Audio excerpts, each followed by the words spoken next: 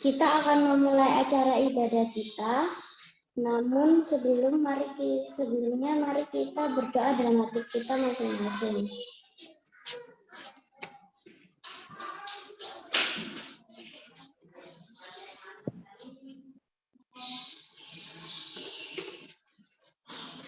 Sebagai lagu pembukaan, kita akan menyanyikan lagu yang akan diputar oleh host.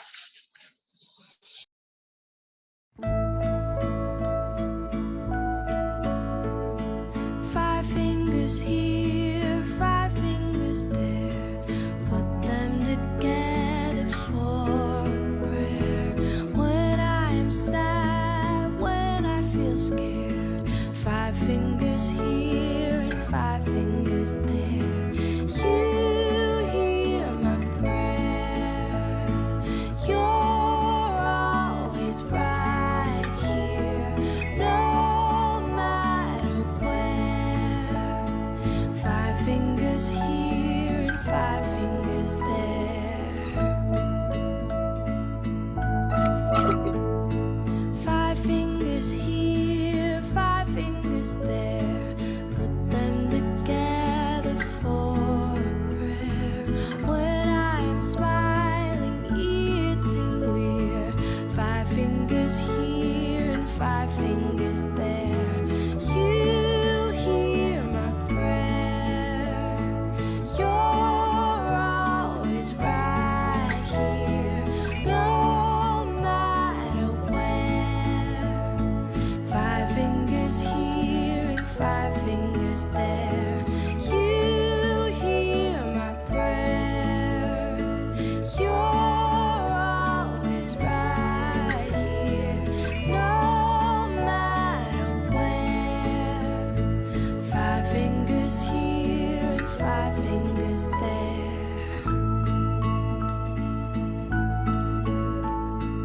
Five fingers here, five fingers there. Put them together for a prayer. When I am sad, when I feel scared. Five fingers here and five fingers there.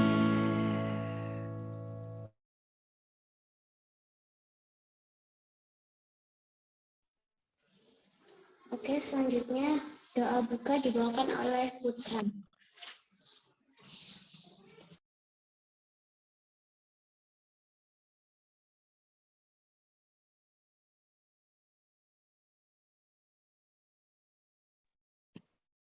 Doa buka, Putra, siap? Mari kita bersatu dalam doa. Tuhan, sekarang kami mau mendengarkan renungan-Mu Tuhan. Tolong berkati kami Tuhan. Tolong berkati juga kesehatan kami Tuhan. Dalam nama Yesus dan Juru Selamat kami, amin.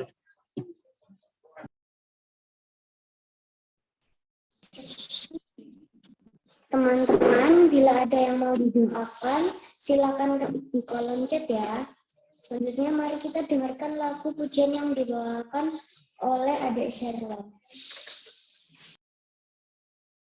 Tuhan ciptakan semesta alam, lautan yang luas dan daratan, matahari, bulan dan bintang, semuanya ciptaan Tuhan. Gunung dan lembah serta hutan, berjenis pohon dan tumbuhan, bunga berwarna dalam taman, semuanya ciptaan Tuhan.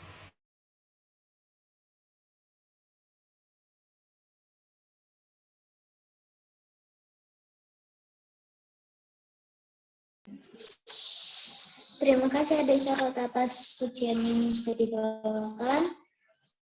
Selanjutnya bacaan renungan kita pada hari ini akan dibawakan oleh Miss Evi.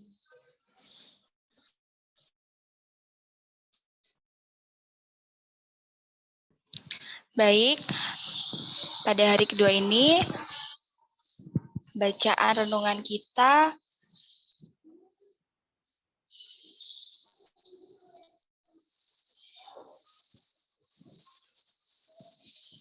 berjudul Injil yang Kekal dan Doa.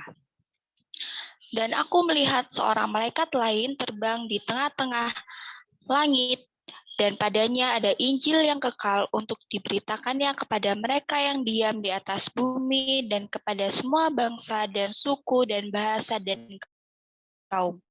Wahyu 14 ayat 6. Suatu pekabaran yang sangat penting. Tuhan telah memberikan suatu pekabaran yang sangat penting kepada planet ini yang disampaikan khusus untuk masa hidup kita dalam pekabaran 3 malaikat di Wahyu 14 ayat 6 sampai 12. Diasingkan di Pulau Patmos, Rasul Yohanes memperkenalkan kita kepada pekabaran ini. Kita perlu mempertimbangkan 3 pokok penting sebelum kita melihat kepada pekabaran itu sendiri. Pertama, pekabaran itu berasal dari ilahi. Pekabaran itu datang langsung dari tahta Allah. Pekabaran ini diberikan kepada umat manusia oleh seorang malaikat yang terbang di tengah-tengah langit. Pokok kedua yang perlu diperhatikan tentang pekabaran ini adalah bahwa malaikat itu terbang. Pekabaran ini penting. Pekabaran ini harus disampaikan tanpa menunda lagi.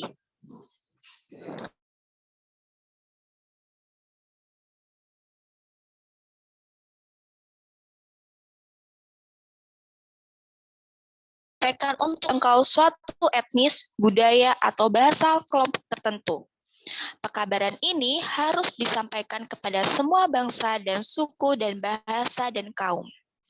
Inti dari pekabaran ini adalah Injil yang kekal atau kabar baik tentang kehidupan Kristus yang penuh pengorbanan diri, pelayanannya yang penuh kasih, kematiannya yang menebus, kebangkitannya yang menghebohkan, pelayanan pengantaraannya sebagai imam besar, dan kemuliaan kedatangannya yang kedua kali. Penglihatan akan Injil yang kekal dalam Wahyu 14 menegaskan perkataan Yesus dalam Matius 24. Dan Injil kerajaan ini akan diberitakan di seluruh dunia menjadi kesaksian bagi semua bangsa. Sesudah itu, barulah tiba kesudahannya. Matius 24 ayat 14. Perkataan Yesus adalah sebuah janji bahwa Injil kerajaan ini akan diberitakan di seluruh dunia sebelum kedatangannya. Akan terjadi kebangunan rohani besar di antara umat Tuhan. Mereka akan bangkit untuk menjawab tantangan, menyadari gentingnya waktu hidup, dan dipenuhi dengan Roh Kudus, menyatakan kasih, rahmat, dan kebenaran Yesus kepada sebuah dunia yang terkontaminasi oleh dosa dan sekarat dalam dosa.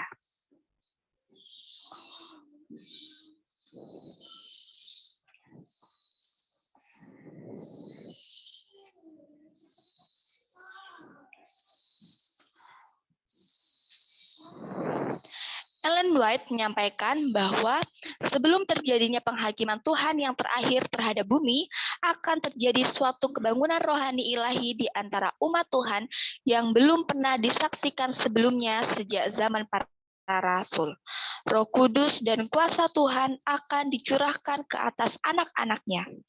Pada waktu itu, banyak orang yang akan memisahkan diri mereka dari gereja-gereja yang mana kecintaan terhadap dunia ini telah menggantikan kasih kepada Tuhan dan firman-Nya.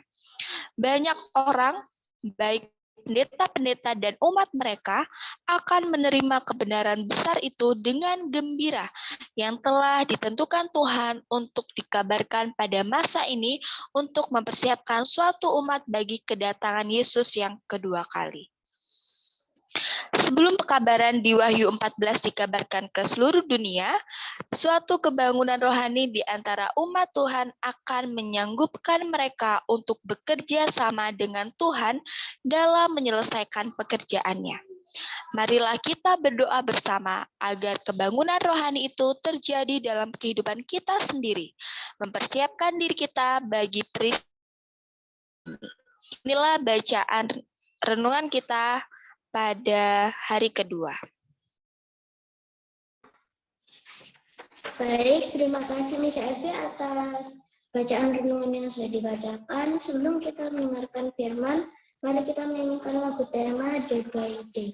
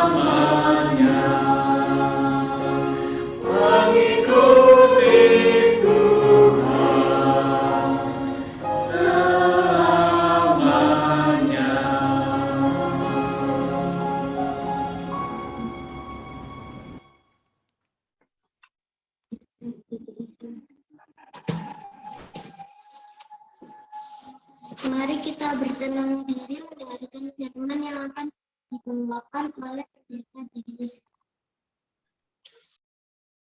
Baik, selamat pagi untuk kita semua. Selamat pagi, Pak Pendeta. Oke, Pak Pendeta. Iya. Selamat pagi. Pagi. Selamat pagi. Pada pagi hari ini merupakan hari kedua dari pertemuan kita, ya. Dan Pak Pendeta ingin bertanya, siapa yang masih ingat judul kita kemarin? Ayo. Ada yang masih ingat?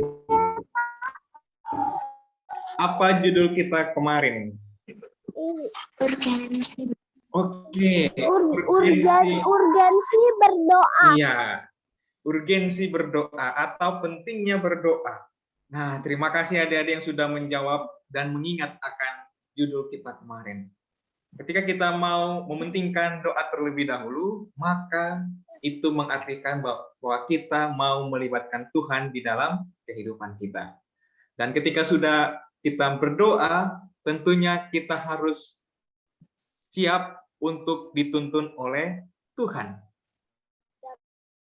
Dan lebih daripada itu juga, kita akan diberikan satu tugas yang luar biasa. Dan pada pertemuan yang kedua ini, dari 10 hari berdoa kita, akan mengajak kita untuk boleh terlibat di dalam Injil yang kekal, dan tentunya juga tidak jauh dan tidak lepas dari yang namanya doa. Dan jika kita melihat ayat inti dari pekabaran kita pada pagi hari ini yang terdapat dalam Wahyu 14 ayatnya yang ke-6. Dan ayat ini merupakan ayat yang menyatakan akan pekabaran 3 malaikat, ya. Dikatakan, dan aku melihat seorang malaikat lain terbang di tengah-tengah langit, dan padanya ada Injil yang kekal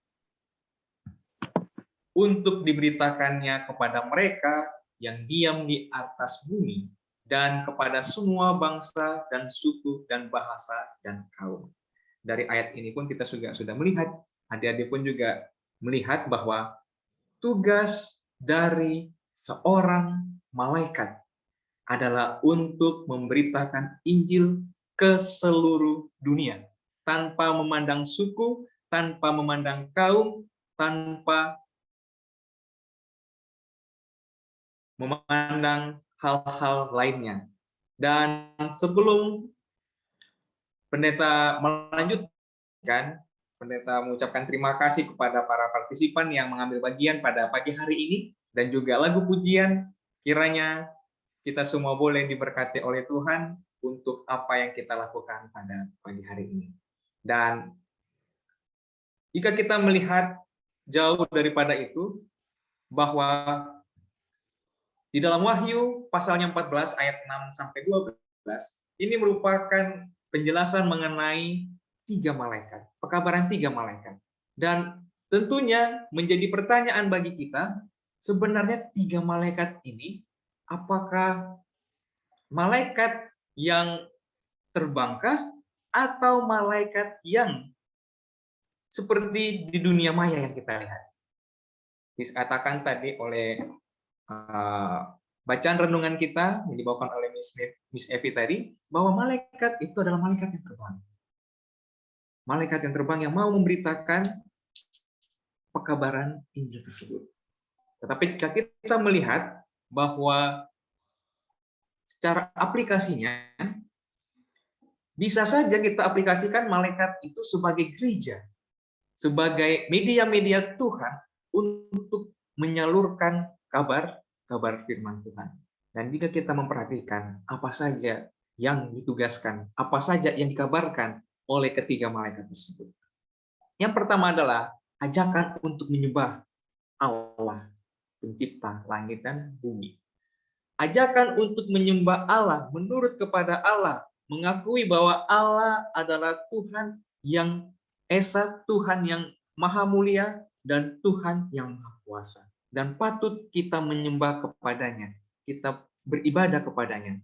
Karena semakin mendekati akhir zaman, banyak orang mulai meninggalkan akan kebenaran firman Tuhan.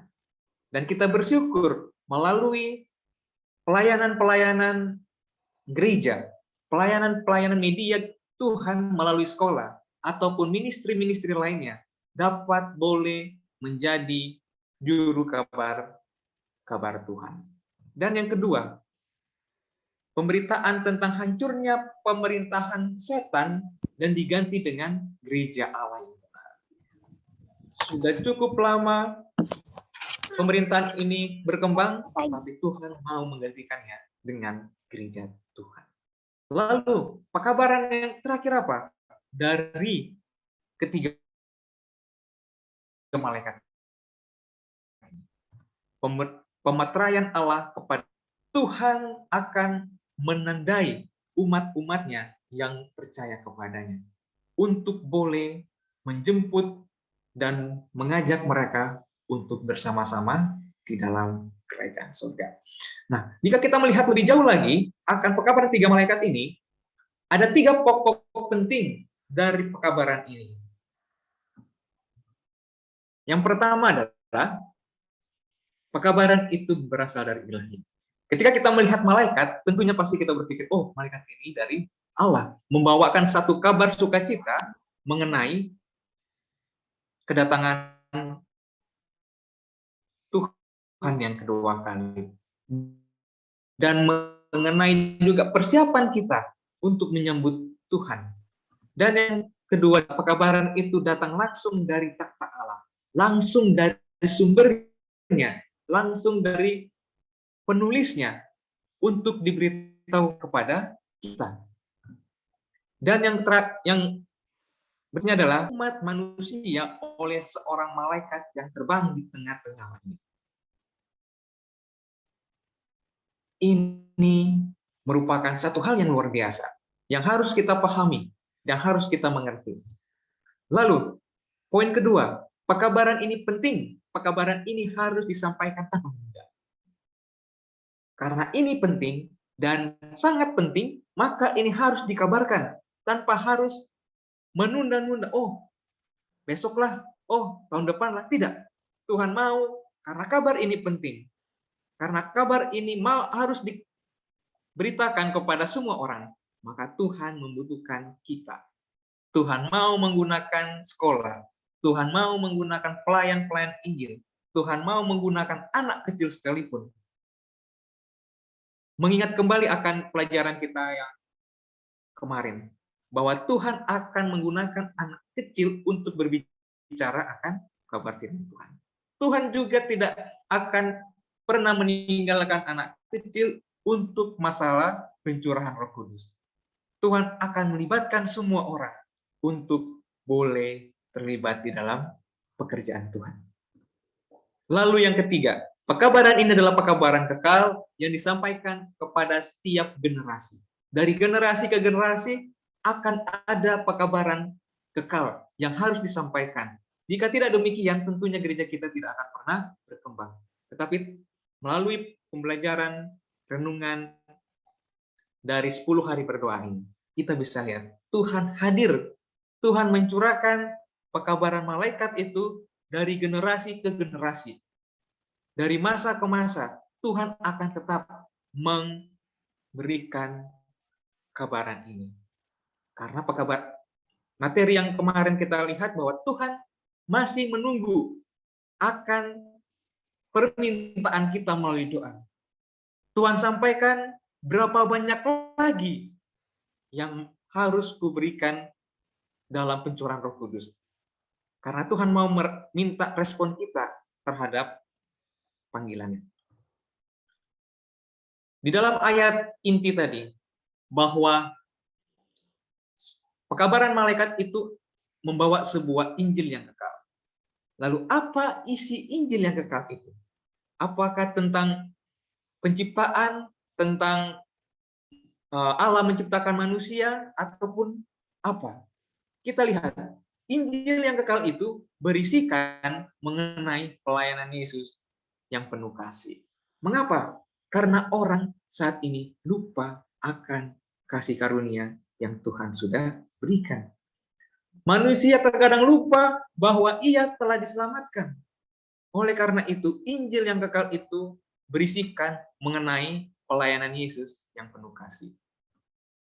Lalu yang kedua, pengorbanan diri di kayu salib.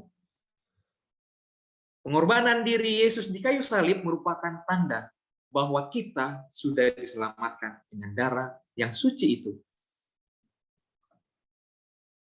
Yang berikutnya, pelayanan penebusan.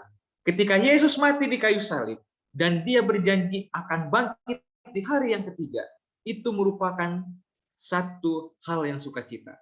Bahwa apa yang dikatakan oleh Yesus adalah benar dan ia adalah seorang penebus. Dan isi dari Injil yang kekal itu adalah janji. Janji akan kedatangan Tuhan yang kedua kali. Yang penuh agung, yang penuh sukacita. Apabila kita mau mengikuti dan menerima dan yakin akan pekabaran yang disampaikan melalui Injil yang kekal tersebut.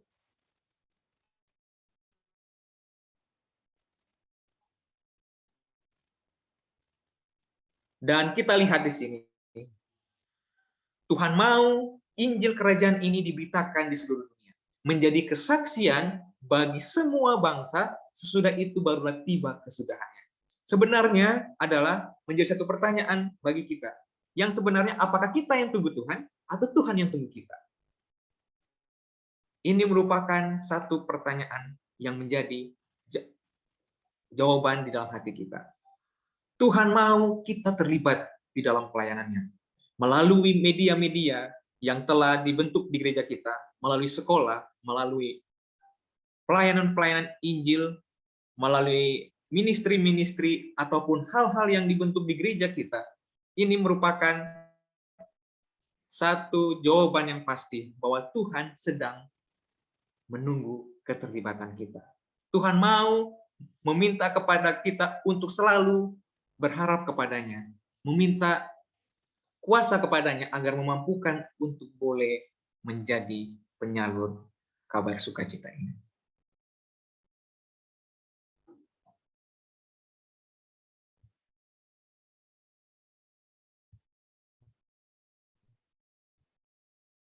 Ketika kita lihat bahwa ketika sebelum kedatangan Yesus yang kedua kali, akan ada yang namanya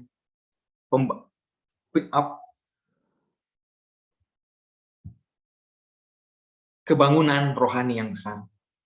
Kebangunan rohani yang besar,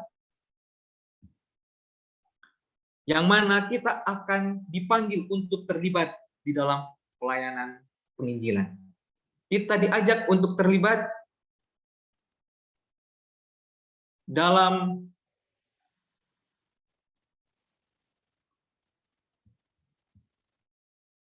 kebangunan rohani untuk boleh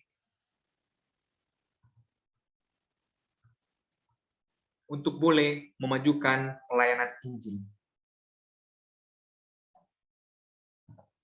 Dan di dalam tulisan Nyonya White dikatakan ketika kita memperoleh kebangunan rohani tersebut, maka kita dikatakan akan terpisah dari hal-hal duniawi. Dan kita siap untuk terlibat di dalam penginjilan. Dan kita juga akan menjadi teman sekerja Allah untuk boleh mengabarkan akan firman kekal itu. Dikatakan pada waktu itu banyak orang yang akan memisahkan diri mereka dari gereja, yang mana kecintaan terhadap dunia telah menggantikan kasih kepada Tuhan dan firman-Nya. Tuhan akan memanggil semua di antara kita, baik di dalam latar belakang yang berbeda, karena Tuhan mau bahwa mereka harus diselamatkan. Mereka harus boleh bersama-sama di dalam kerajaan surga. Saya mengingat ketika ketua pimpinan kita mengatakan, ataupun selalu mengatakan, kita harus ke surga.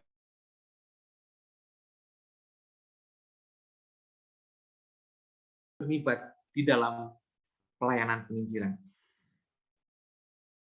Menggunakan banyak hal yang kita bisa lakukan melalui pelayanan-pelayanan sekolah, melalui program-program yang telah direncanakan, maka semuanya itu dapat berjalan dengan baik. Dikatakan banyak orang, baik pendeta-pendeta dan umat, mereka akan menerima kebenaran besar itu dengan kegembiraan yang telah ditentukan Tuhan untuk dikabarkan pada masa ini untuk mempersiapkan suatu umat bagi kedatangan Yesus yang kedua kali. Tentunya kita rindu bersama-sama dengan semua orang berada di surga. Kita semua tentunya yakin bahwa ketika kita mau terlibat dengan bantuan Roh Kudus, maka kita akan mampu untuk menjadi pelayan Tuhan. Dikatakan sebelum pekabaran di Wahyu 14 dikabarkan seluruh dunia suatu kebangunan rohani di antara umat Tuhan akan menyanggupkan mereka untuk bekerja sama dengan Tuhan dalam menyelesaikan pekerjaannya. Tuhan mau mengajak saya, Tuhan mau mengajak adik-adik, Tuhan mau mengajak kita semua untuk terlibat di dalam penginjilan ini.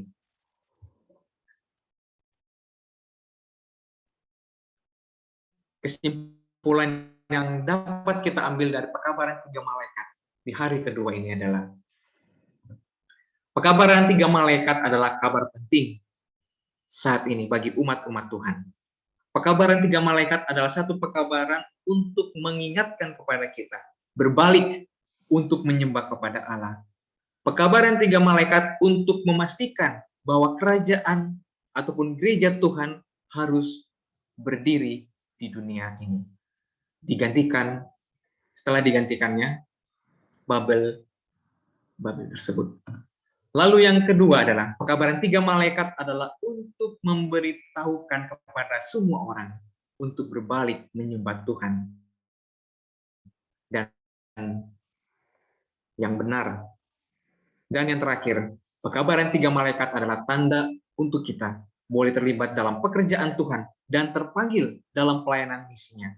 Tidak ada sesuatu yang berat ketika kita mau merelakan diri kita dikuasai oleh Roh Kudus dan mau dituntun untuk boleh menjadi juru kabar pelayan Tuhan. Kiranya Tuhan memberkati kita. Amin. Amin.